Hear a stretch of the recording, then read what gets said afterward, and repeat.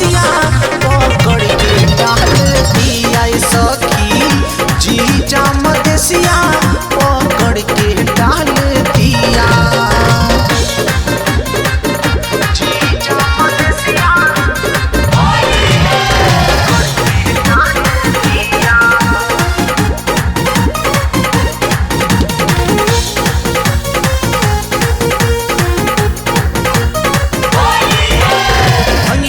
नशा चढ़ल बा कपरवा दोनों हाथी हमर भइल गलवा। भंगिया के नशा चढ़ल बा कपरवा दोनों हाथी हमर भइल गलवा।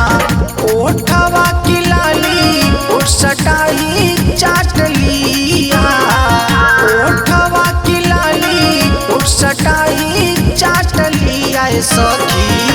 जीजा मदेसिया रगड़ के डाल दिया सखी।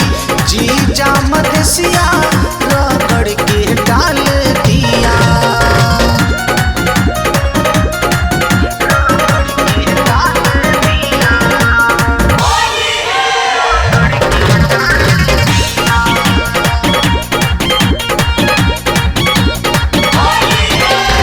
अर्जुन से कह मदेसिया के खिस्सा होली के बहाना है कहाँ कहाँ खिस्सा।